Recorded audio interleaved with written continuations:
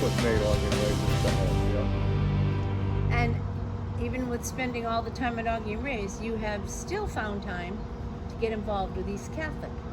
And when did you get involved with East Catholic, Ernie? Well, what's happened is we have survived on high school kids working. We go back to the early days at East Catholic, and we had Ricky Wood, we had Billy Callahan, God bless the both of them, they both passed, and we had Paulie Bevere, and I could go on, the amount of kids we had working here. And I go back to my first recollection of East Catholic was listen to George Ehrlich on the, he'd announce the basketball games on the radio.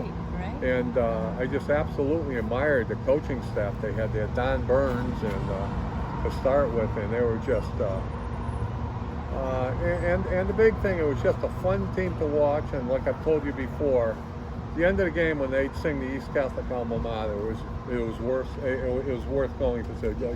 Everybody stayed around for that. It was just a fantastic tradition. And they sang win or lose. They could have lost the game, and yet they would all stand there so proudly and sing that. They would bring goosebumps to your arms listening to them. Right. Yeah.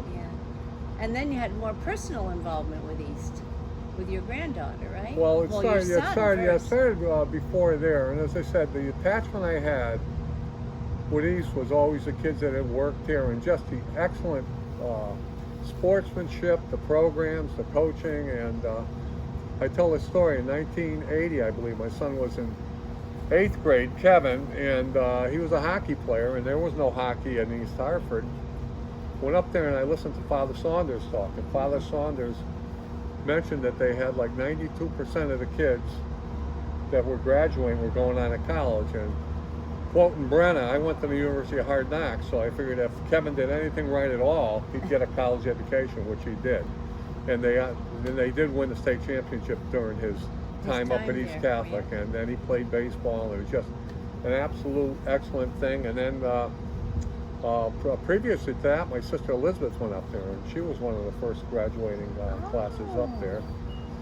Yeah, and then we had Kelly go up there, and she graduated. And I tell this story all the time. If I could come back for 5 days of my life, I'd say 10, but 5 days. The first 4 of them would be the graduations over at the cathedral, and then the other one would be when Brenna graduated from St. Christopher. Yeah. Oh, St. Chris. Well, like I said, I just those were the most chilling and proudest moments of my life, with the graduations there, and it was just such a big thing to have a child and a grandchild graduate from East Catholic. I was always so proud of the school. And Brenna just graduated from Salve. So Salve Regina, yes, last weekend. Yes. Yeah. And so after all your years of involvement there, you've been selected, and I know, Ernie, that you're not one to like being in the limelight, but this year you're going to be the honoree at the Tom Allen Eagle Invitational, our golf tournament at the end of the year. It's very, very, it's sort of, it's something I've never expected, and the reason for that, I tell my wife Jean all the time, is coaching at St. Christopher and following kids.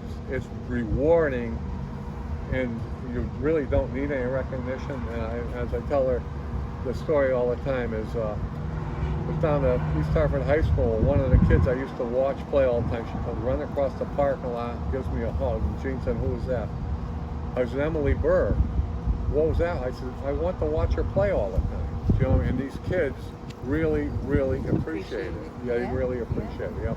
And I know you go, because many's the night when we at East Catholic had an away basketball game, you drive me to the basketball game, so I wouldn't have to drive up on my own. That was just it.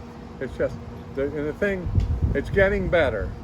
But what happened is this year in the baseball season, you know, we would never miss a baseball game. Sister Peggy, myself, the Penders, I could go on and on.